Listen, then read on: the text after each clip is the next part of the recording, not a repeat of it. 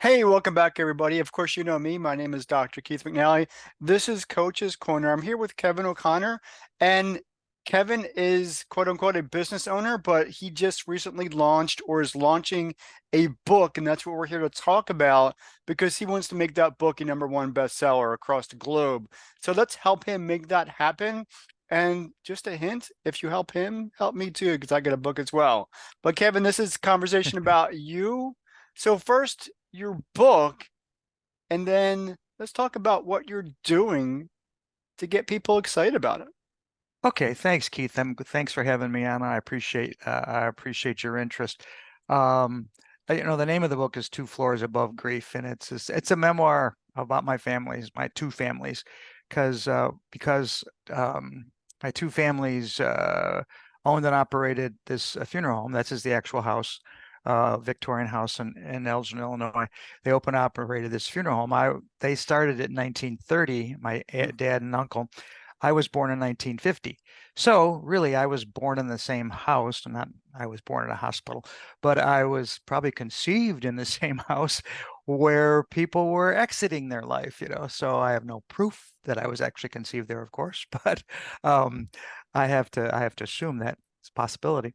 Um, what I wanted to do is I wrote this book based on 700 pages of family letters that had been gone back and forth in the 50s, 60s, and 70s. And those letters, in addition to the memories I have, told the story of what it was like to start a funeral home in the 1930s in a new town, and and keep that business going for 55 years.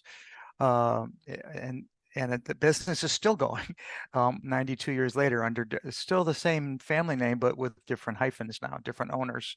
But when I drive by that house, like I did last week, hey, this business has been going on for almost 100 years, and I think that's a pretty good testimony to some of the endeavors that my ancestors had when they started the place. So I wrote the book. I went through a whole series of things to write it, and got it done and edited and worked with different groups of people. I'm self-published, as are about half the people in the half the published books in 2022. 4 million books were published. 2 million of those were self-published books. Mm. So what I've been learning since the pre-launch of the book about a year ago, and then the actual launch on first part of December, was that I am a business owner, and that it's as a self-published owner, it's really it's up to me and anybody else I hire for their services to get this book going.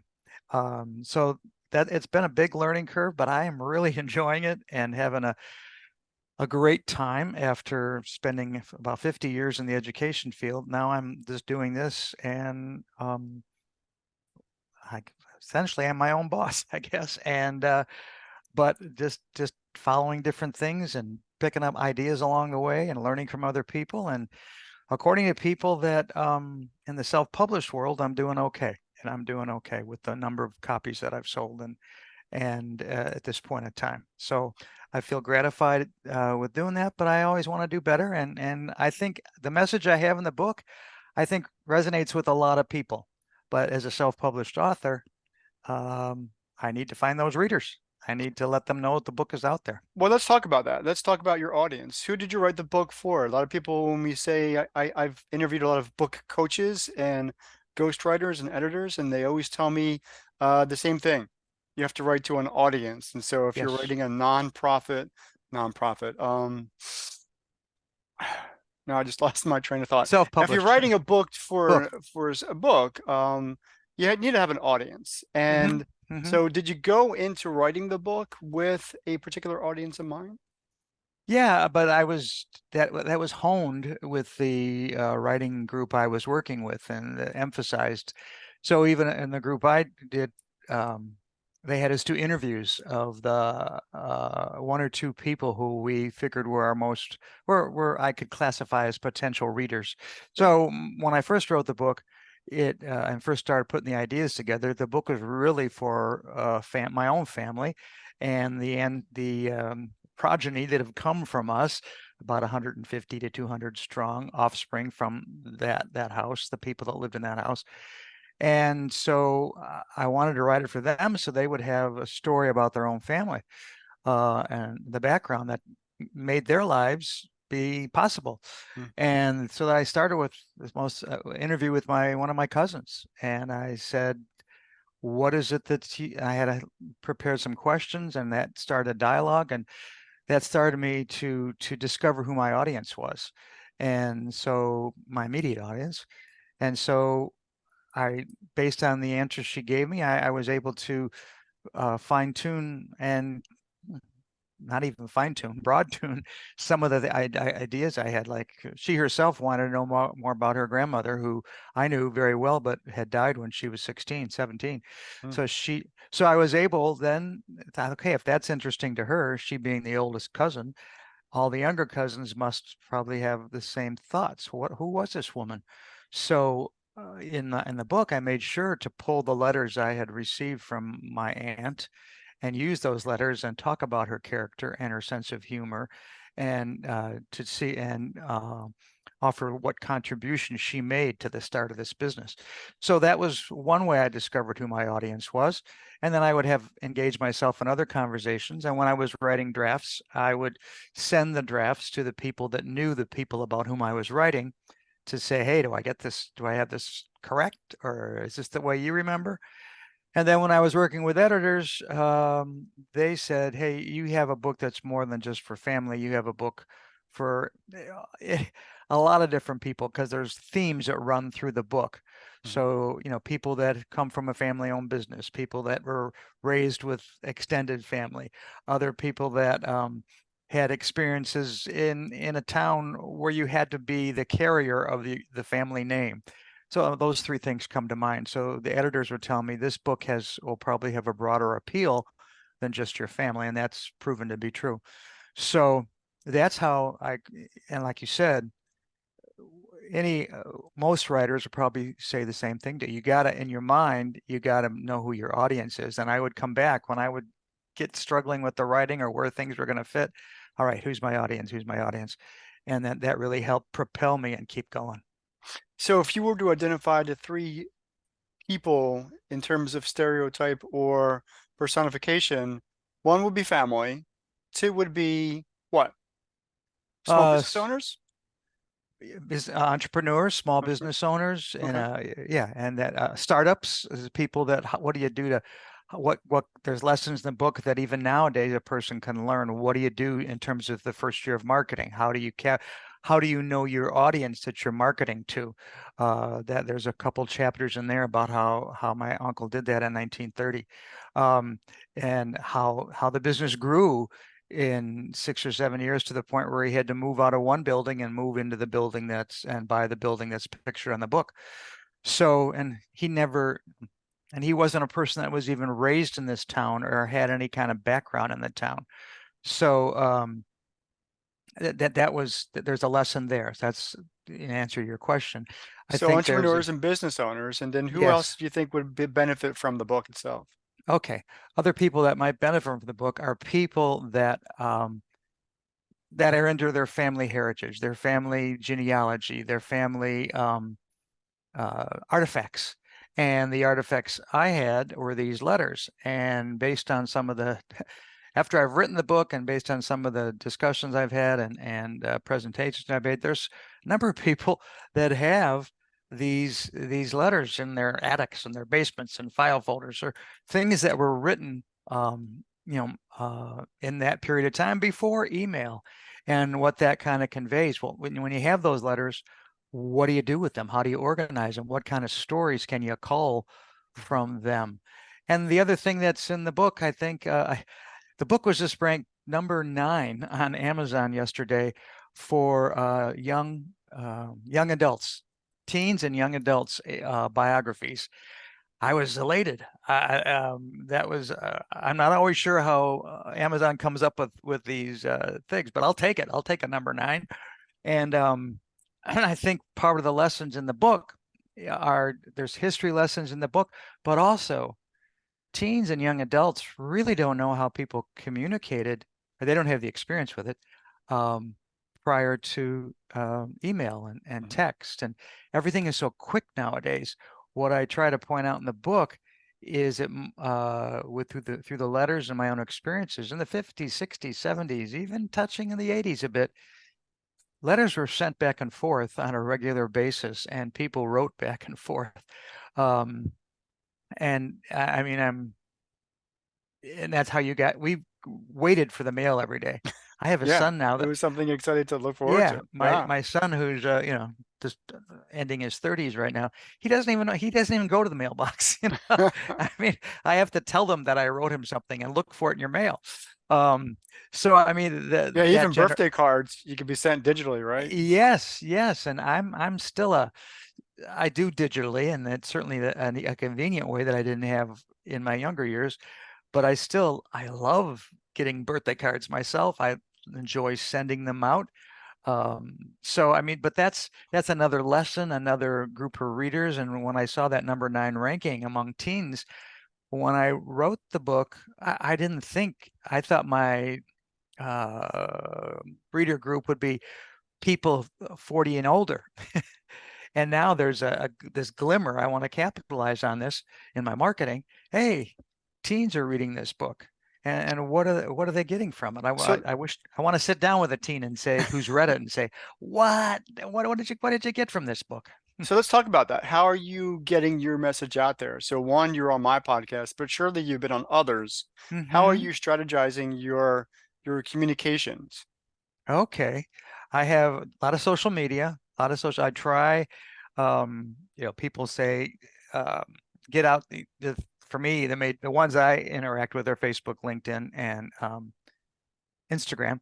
So I try to get a post or at least 2 to 3 times a week just to keep people knowing that I'm out there and knowing that the book is out there. Like I posted yesterday to those sites, I haven't done LinkedIn yet, about the number 9 ranking because I want to create some buzz. I Hmm. guess for that buzz is a Yeah, good word. good word. It's Hmm. great, and it's the name of the book that anyway, there's a book called Buzz about self-publishing and how to do that. So it's a book that I follow, written by a colleague of mine, and so I follow that. I follow that. Um, the other thing I've been doing is in the pre-launch, what I learned what to do before the book comes out, I was advised and encouraged to put together an email list of friends, family, anybody that I knew. And so Hmm. I went through every uh, associate friend list I had in on the computer. Anyway, I was able to put together a list of about 16 to 1700 emails. And then I used that, and then I went through one of the mail services, and then I started putting together news on that email service to reach out to that what I called my launch audience, my initial audience, Hmm. and that's become a weekly newsletter that I send out. There'll be going. I think you're on my list now. It'll go out. It's going out today. Cool. Um, so that's one marketing tool that I've used, and it's part of it. Part of the thinking that I've learned for myself, but also has been preached to me by others, work with who you know. Let them be your ambassadors. Let them, because when you start to look at these multipliers in numerology, each one of those 1600 is going to know that many more people. And if Mhm. they're going to be in situations, hey, I'm just reading this book here's some information about it. So I'm looking at that. Um, the other thing I do is when I'll demonstrate here, when I'm out and about, I have this hat on, It's and a called lot of times, your writer hat. writer hat. And so that usually prompts a conversation. And then the other thing I've been doing on trips lately in my backpack, I take the book and I put the book positioned in such a way that it's showing right out of the backpack. And so either I wear this on my back or Make sure nobody steals it. yeah, well, that's okay. It's in somebody's hands then. But then it becomes, I'm walking through an airport with my tote, or I'm carrying this is on top of my suitcase. Mhm. People are looking at it. So, and actually it's promoted some sales, the hat and that, you know, hey, what's that book about? Excuse me. That's a great title. And one guy was Uber driver was interested in it, and he bought a copy. So I mean, I think we traded the book for my tip. That was what we did. I think Perfect. that's Perfect. how we negotiated it. He said he didn't have the money, but he really wanted the book. And I said, well, how about instead of me putting a tip on, I give you the book. And then I signed it. Perfect solution. The Yeah. other thing I do is just try to be very, very conscious every time I'm presenting the book to somebody or in a position to share the actual text. I take a picture of them. And those pictures become fodder for my newsletter or social media prompts. And then I know that if I was to send that picture of that person to their Facebook, their Instagram page, that spreads to their audiences too. So I'm doing that. I've been advertising in some of the living in Fort Lauderdale, tourist area, and they have there's a number of tourist magazines, but I market to them, and then those magazines get put in hotels. And then I don't have that my desktop here, but what I've done when I have a little sticker that I put on the outside of the magazine. Hey, turn to page 27, and that's where the ad is. So if a person in a beauty salon or something is looking at the magazine, just paging through, I just put a thing on the top or a little tab where 27 is, and that's where my ad is. So, and this summer, what I've been doing more of is I've been on some podcasts that are available for the funeral home industry, undertakers and people within that field. And so I've advertised in the Illinois Funeral Directors Association, and in September it's the National Association convention in Las Vegas. But I've got an ad in their book, their convention brochure. Mhm. So trying to just keep the book name out there and just get people talking about it and buzzing about it. And in the other thing I learned from a friend was you got nothing to lose by taking a copy of your book and putting it on a bookshelf in an airport bookstore. It's very easy to put the book there. And if a reader happens to come and say, hey, I want that book, and take it to the register, the code at the back of the book will pop up in that register, whether or not it's in their purchasing inventory. So it either alerts the buyers or it gets the book in another person's hand. So I think one of the things I've learned is too, it's the more, get the book in people's hands, the more personal, the better. Now, putting a book in a bookstore isn't the most personal thing, but communicating with people via social media or sitting down with people. Last Friday, I did a thing called a lunch and laugh back in my hometown. I happened to be there for a few days, and about 10, 15 people came to join me. Most of them had already bought the book, but they wanted me to sign it. And people gathered at the table. Some didn't know each other, but oh, I know you, you're so-and-so. And so bringing people together, I think that's more my nature. And I think that's one of the things I've learned with the book too. Go for the personal appearances. And whether I call them a sip and sign, a lunch and laugh, or whatever I call it, just get people together and create that buzz on social media and then get people there. So one more time, with the limited time we have left, name of your book and where can we get it? 'Cause I'm going to Thanks. put that link in the description of the video. Okay, where's the code? Here, show it again, show and tell. All right. Please. Are you there? Yeah, right here. Okay. 2 floors above grief. Okay. It's the most ready access for it is to go to Amazon. Just go with the title, and it'll take you right to the site. You can go to any bookstore though and ask for it. It's on there. When they type it in, it'll come up on their distributors list, and they can order it for you. So if you're more into bookstores, which I encourage, go that route. Also, people can, if they wanted to email me, they could do that and get it from me personally, and I'll sign it and send it off to you. Cool. So those are the 3 ways to get the book. I have a website, KevinO'ConnorAuthor.com, and that they can learn more about the book that way. And at the bottom of the new website, there's a place for them to put their name and email. That would put them automatically on my distribution list for the newsletters I send out. So that's another way to do that, to get the book. I will put all that in the description of the video. Kevin, thank you so much for this conversation. I wish you all the success. And as I can, I will put you on other podcasts through my network of connections. Keith, you create a lot of energy in me today. I appreciate it. Thanks a lot. Absolutely. This has been Thanks a another lot. edition of Coach's Corner, and I'll see you next time. Take care. Okay. Bye-bye.